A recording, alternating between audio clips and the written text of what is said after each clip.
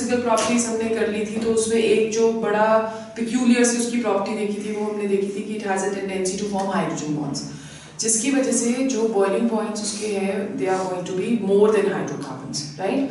But carboxylic acid और alcohol से जो हाइड्रोजन बॉन्डिंग होती है वो कम रहती है। कार्बोक्सिलिक एसिड्स और अल्कोहल्स में एक्सटेंसिव हाइड्रोजन बॉन्डिंग है, इसमें इतनी ज्यादा हाइड्रोजन बॉन्डिंग नहीं है। That is because nitrogen is less electronegative as compare to the oxygen, right. So chemical properties भी आप जब देखोगे तो जैसे हमने उसमें देखा था कि जो प्राइमरी होता है उसका बॉइलिंग पॉइंट सबसे ज्यादा होता है because of 2 hydrogens which are present, तो उसमें as a result of that the hydrogen bonding that is going to be more, ठीक है। फिर उसके बाद सेकेंड में हमारे पास जो था दैट वाज कि जो सेकेंडरी होता है उसमें एक ही हाइड्रोजन प्रेजेंट रहता है, तो हाइड्रोजन बॉन्डिंग कम हो जाती है, बॉइलिंग पॉइंट भी कम हो जाता है। टर्शियरी अमीन्स में कोई भी हाइड्रोजन प्रेजेंट नहीं है, इसलिए उसका जो बॉइलिंग पॉइंट है वो सबसे कम रहता है, ठीक है।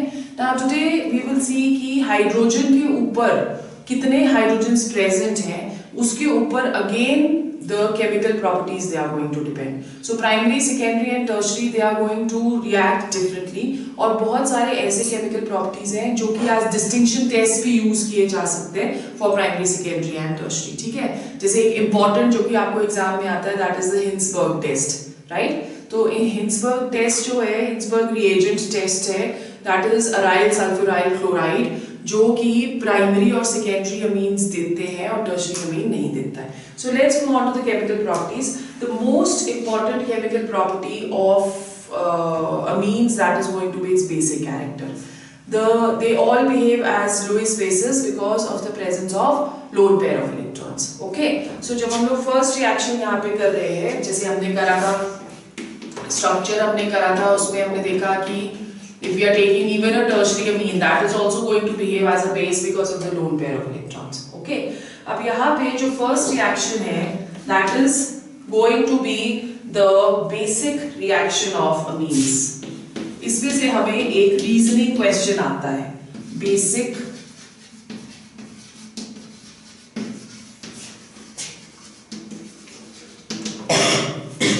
character of amines. Now, when we talking of basic character, I've already told you that because of the lone pair of electrons, it is going to behave as a base. तो इसका मतलब ये acids के साथ react करना चाहिए। अगर हम लोग RNH2 plus HCl ले रहे हैं, so ये react करना चाहिए acids के साथ to give us a salt.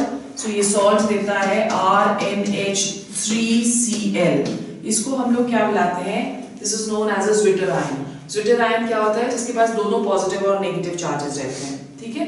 फिर उसके बाद जब हम लोग इसको बेसिक मीडियम में रिएक्ट करेंगे तो हमारे पास वापस अमीन जो है वो रीजेनरेट हो जाता है,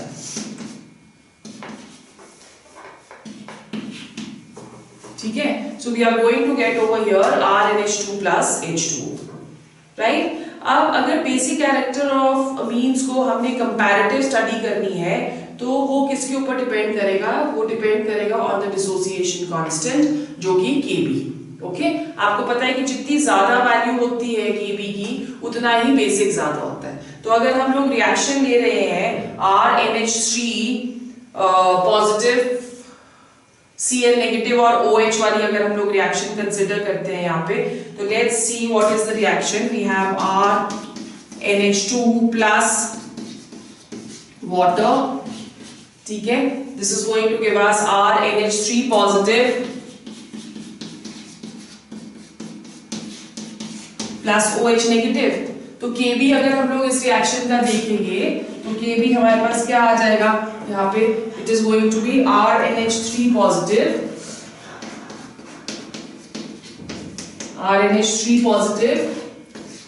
into concentration of OH negative upon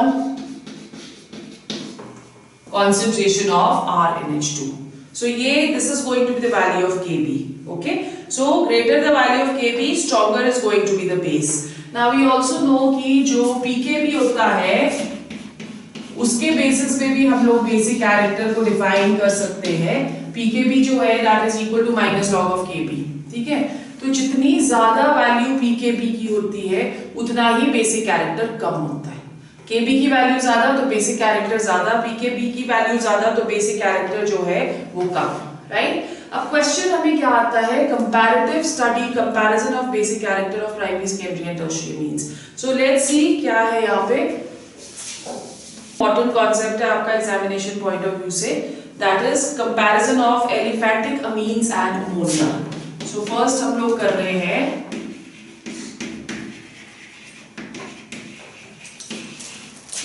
comparison of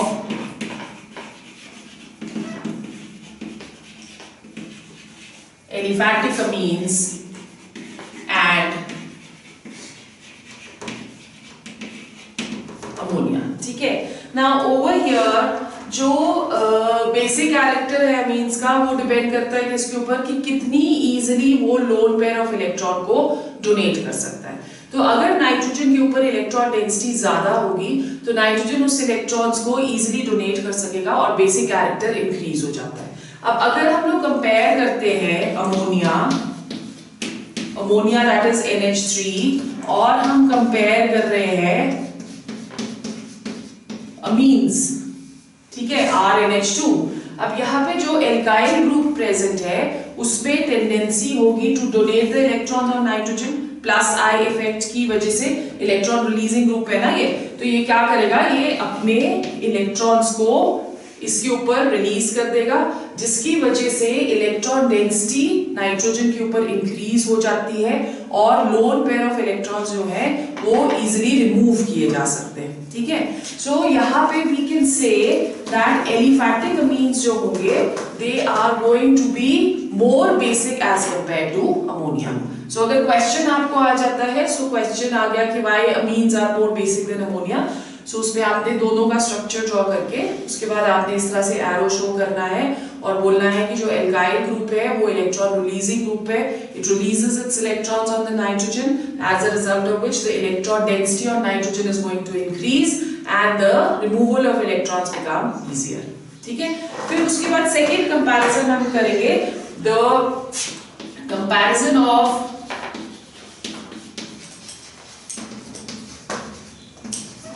basic strength of 1 degree, 2 degree and 3 degree amines, primary, secondary and tertiary। so यहाँ पे दो तरह से comparison किया जाता है। first we are comparing it in the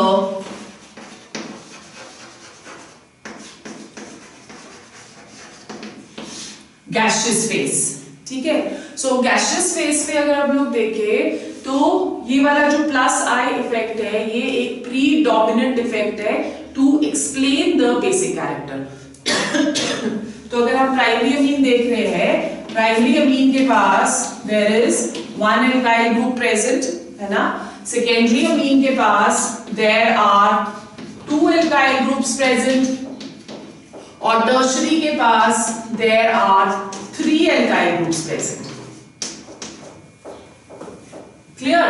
अब क्या होगा कि plus I effect alkyl group show करेगा, यहाँ पे एक ही एल्काइल ग्रुप है तो एक एल्काइल ग्रुप अपने इलेक्ट्रॉन्स डोनेट कर रहा है, यहाँ पे 2 एल्काइल ग्रुप से 2 डोनेट कर रहे हैं और यहाँ पे 3 एल्काइल ग्रुप से तो 3 डोनेट कर रहे हैं, ठीक है। सो अब इस तरह से क्या होना चाहिए कि इलेक्ट्रॉन डेंसिटी जो है वो सबसे ज्यादा टर्शियरी अमीन में होगी, because there are 3 alkyl groups. So basic strength gaseous phase में जो होता है that is going to be tertiary सबसे ज्यादा बेसिक, फिर सेकेंडरी और फिर primary, right. So basically we say that 1 degree is less basic than 2 degree is less basic than 3 degree.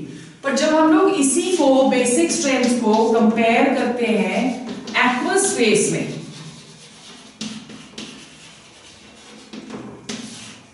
तो सिर्फ जो प्लस आई इफेक्ट है वो ही एक्ट नहीं करता, उसके अलावा 2 और इफेक्ट्स एक्ट करेंगे। एक जो इफेक्ट है वो है size of the alkyl group, ठीक है, उसके ऊपर भी डिपेंडेंट रहता है।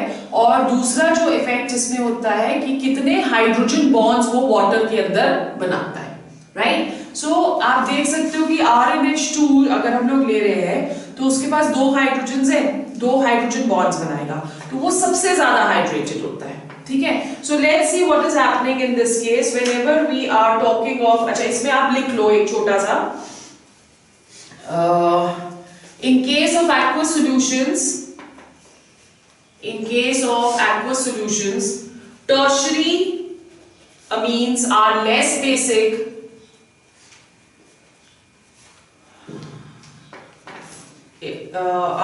basic because of two reasons. The first reason is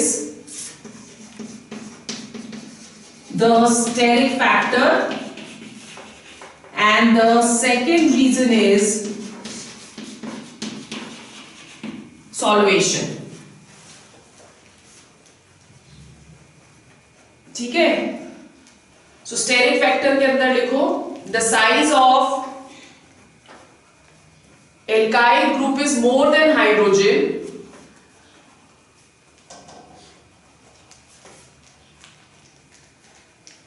which hinders the attack on the amine,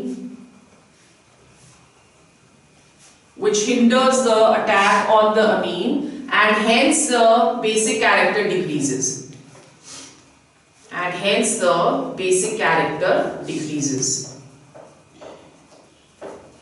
Number 2, solvation of ions में लिखो when amines are dissolved in water, they undergo hydrogen bonding or they undergo hydration due to hydrogen bonding.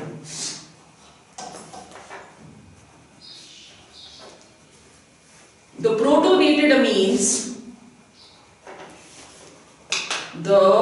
this is very important question, okay? The protonated amines form hydrogen bonds with water molecules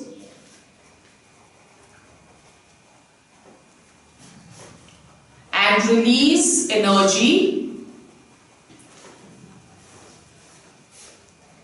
to become stable.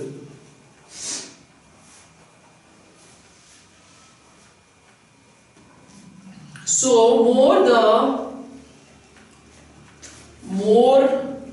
the extent of hydrogen bonding,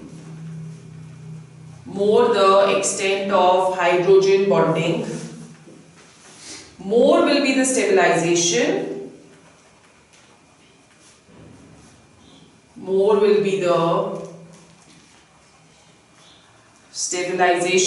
and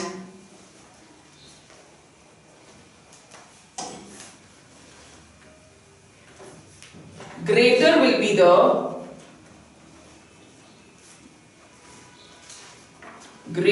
be the basic strength. ठीक है, so let's see what is happening over here. Primary amine is RNH2. इसके पास tendency क्या है कि एक proton को ये gain कर सकता है। So एक प्रोटॉन को अगर ये गेन कर रहा है तो it is going to form an ion which is RNH3 positive. ठीक है, अब यहाँ पे ये जो RNH3 पॉजिटिव है ये 3 हाइड्रोजन बॉन्ड्स बना सकता है वाटर के साथ। तो 3 हाइड्रोजन बॉन्ड्स का मतलब क्या हो गया? We have R, N and we have over here H and H। ठीक है, तो ये बना रहा है 3 हाइड्रोजन बॉन्ड्स, मतलब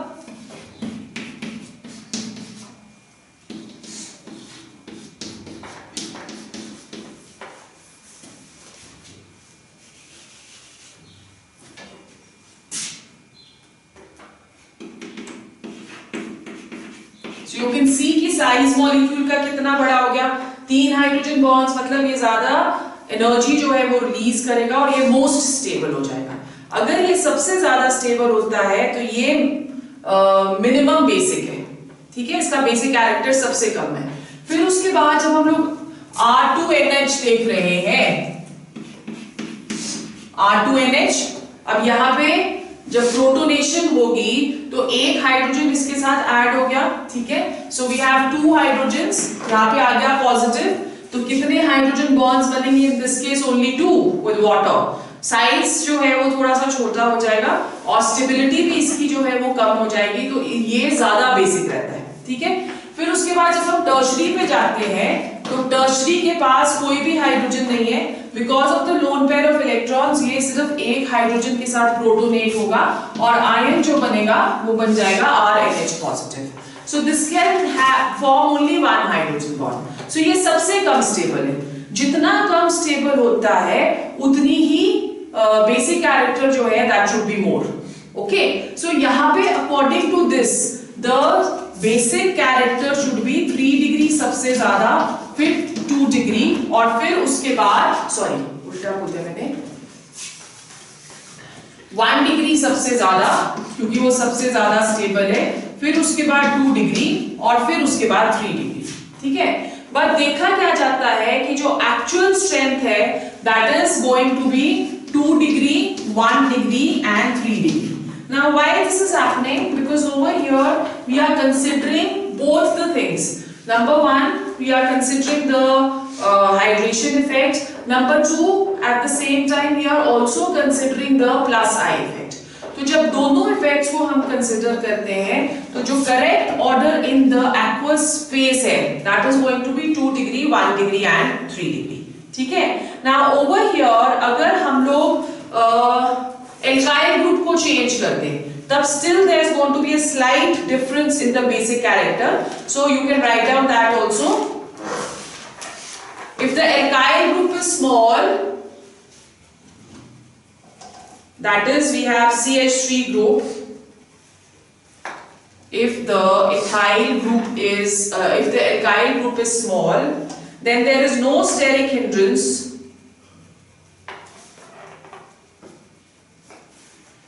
But in case of bigger alkyl group,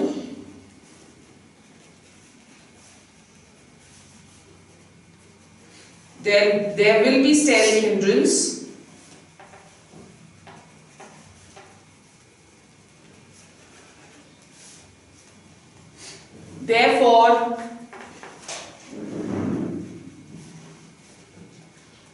Therefore, there may be change in the basic strength. Okay, so अगर हम लोग मिथाइल ग्रुप ले रहे हैं तो जो स्ट्रेंथ फॉलो हो रही है that is going to be 2 degree, sorry ethyl group ले रहे हैं तो स्ट्रेंथ आएगी 2 डिग्री, 1 डिग्री, 3 डिग्री, और अगर हम मिथाइल ग्रुप लेते हैं तो स्ट्रेंथ आती है 2 डिग्री, 3 डिग्री एंड 1 डिग्री, ठीक है। So this is going to be for methyl. If there is a methyl radical present या methyl alkyl group present, and this is going to be for methyl. So ये जो second वाला हमने aqueous phase वाला करा है, इसमें से आपको ट्रेंड वाला क्वेश्चन भी आ सकता है कि आपको मिथाइल दे दिया, मीन की what is the correct basic strength, you have to write down, ठीक है। या आपको आ सकता है कि कुछ भी एल्काइल ग्रुप नहीं दिया, एक जनरल दे दिया कि गैसियस फेज में आप देखो तो गैसियस फेज में अगर आप देख रहे हो तो 1 degree is less than 2 degree is less than 3 degree, और जब हम लोग इस पे देख रहे हैं एक्वस फेज पे देख रहे हैं तो यहाँ पे it is going to be opposite, 2 degree, it should be this but it is this, why? Because यहाँ पे we are considering both effects, hydration effect भी कंसिडर कर रहे हैं और हम लोग प्लस आई इफेक्ट भी कंसिडर कर रहे हैं, right? So this is one important thing. Then third is comparison of basic strength of aniline and ethylamine. Comparison of basic strength of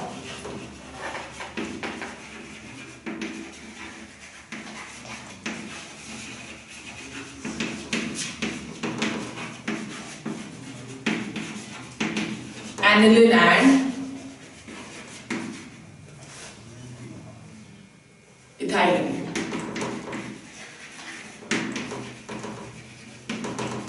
Now as I told you कि जितनी easily electrons release होंगे उतना ही ज्यादा the basic strength is going to be more. तो जब हम लोग aniline देखते हैं, aniline is going to be aromatic, ये आ जाता है हमारे पास स्ट्रक्चर, ठीक है। सो ये क्या करेगा, that this is going to release electrons, right. So ये इसके ऊपर इलेक्ट्रॉन्स रिलीज कर देगा, ये इसके ऊपर इलेक्ट्रॉन्स रिलीज कर देगा, as a result of which ये जो लोन पेयर ऑफ इलेक्ट्रॉन्स है ये इन कंजुगेशन आ जाते हैं with the benzene ring, right? So these are not going to be easily available. तो हम इसके रेजोनेटिंग स्ट्रक्चर्स अगर देखें,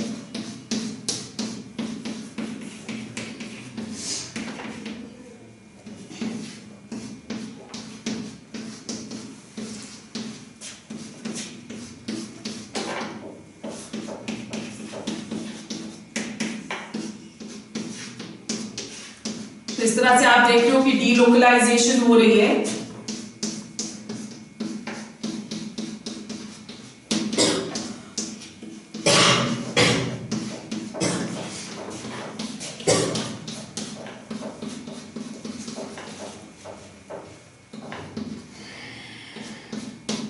ठीक है, so if you're looking at second, third and fourth structure over here, there is no lone pair of electrons on nitrogen, so they cannot be donated easily, as a result of which aniline की जो basic strength होती है that is going to be less than ethylamine.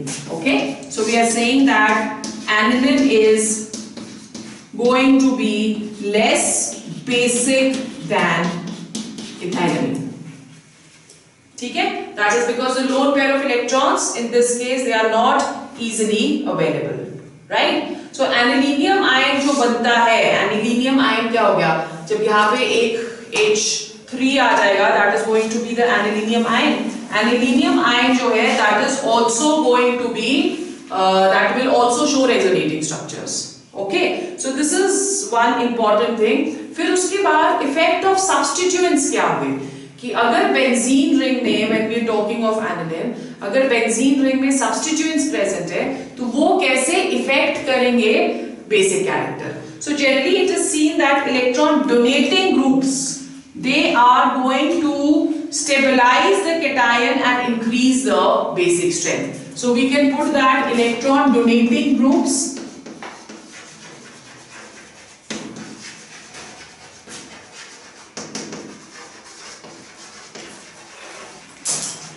increase the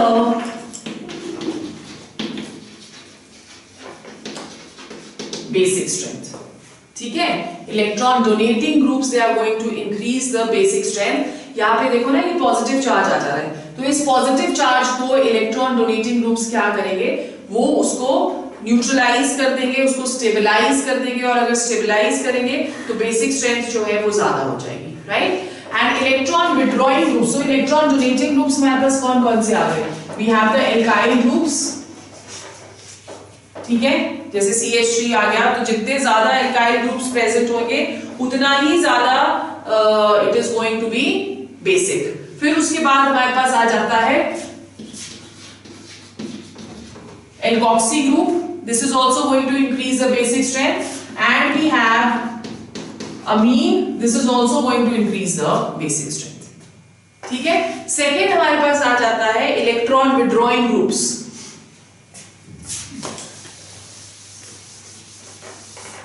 So what are the electron withdrawing groups doing? They are destabilizing the cation. Therefore, electron withdrawing groups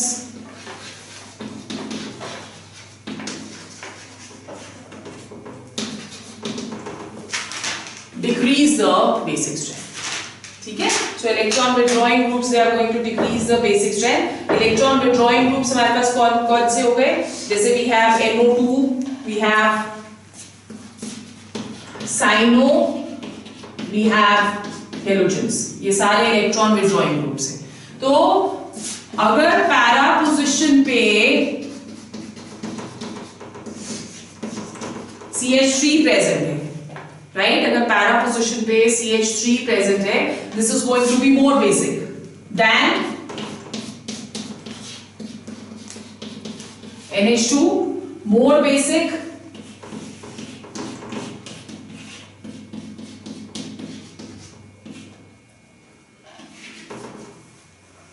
then halogen attached. So ये trend रहता है of the basic character of the aromatic क्या बोलते हैं उसको, amines, right, of aniline.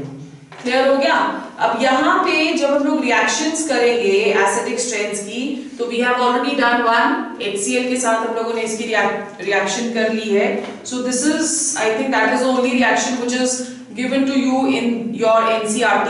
और इसमें जो एक और रिएक्शन दी हुई है, that is alkylation reaction under this heading only. So let's go on to the reaction under the basic character which we were doing, the reaction that is known as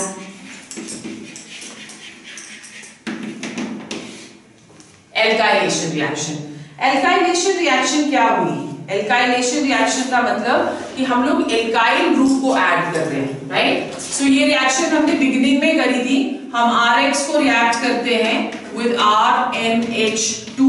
जब ये एक हाइड्रोजन जो है that is going to be substituted by the alkyl group, so we are going to get a secondary amine. ठीक है, फिर इसको हम लोग फर्दर अगर RX के साथ रिएक्ट करेंगे तो हमारे पास आ जाता है टर्शरी अमीन. और इसको फर्दर अगर RX के साथ रिएक्ट करते हैं तो हमारे पास आ जाता है एक क्वाटरनरी सॉल्ट, जो कि again it is going to be a sweeter, right?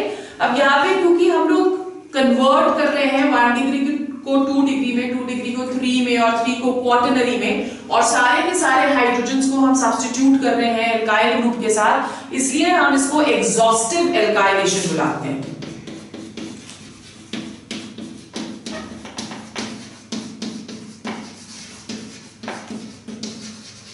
This is known as exhaustive alkylation.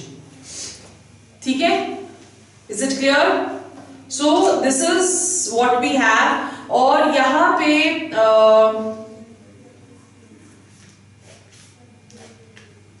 I think this is the only reaction which we have under this, है ना? Acylation is where बड़े भारी reactions दिए हुए हैं. Not required.